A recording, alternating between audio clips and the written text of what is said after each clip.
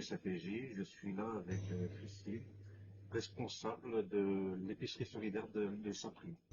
Notre travail, c'est de mettre en place ce que nous envoient les maisons de justice. Donc les réquisitions, stages de citoyenneté, mesures de réparation.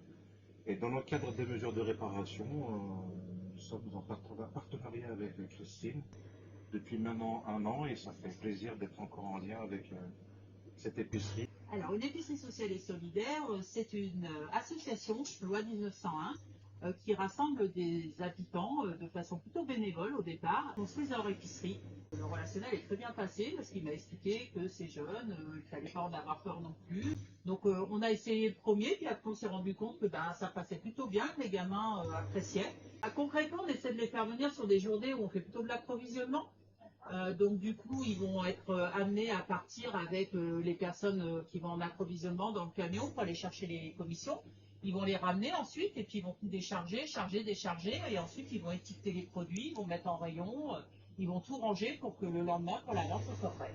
La journée passe très très vite et puis quand ça arrive qu'il est 4-5 heures et qu'il faut s'arrêter, ils sont presque, ils seraient restés un peu plus. J'ai vraiment ce sentiment en tout cas. Alors on peut souhaiter que ça continue déjà, ça serait une bonne chose parce que je pense qu'on n'est pas énormément de structures non plus dans l'Est lyonnais à pouvoir accueillir ces jeunes qui habitent dans les environs.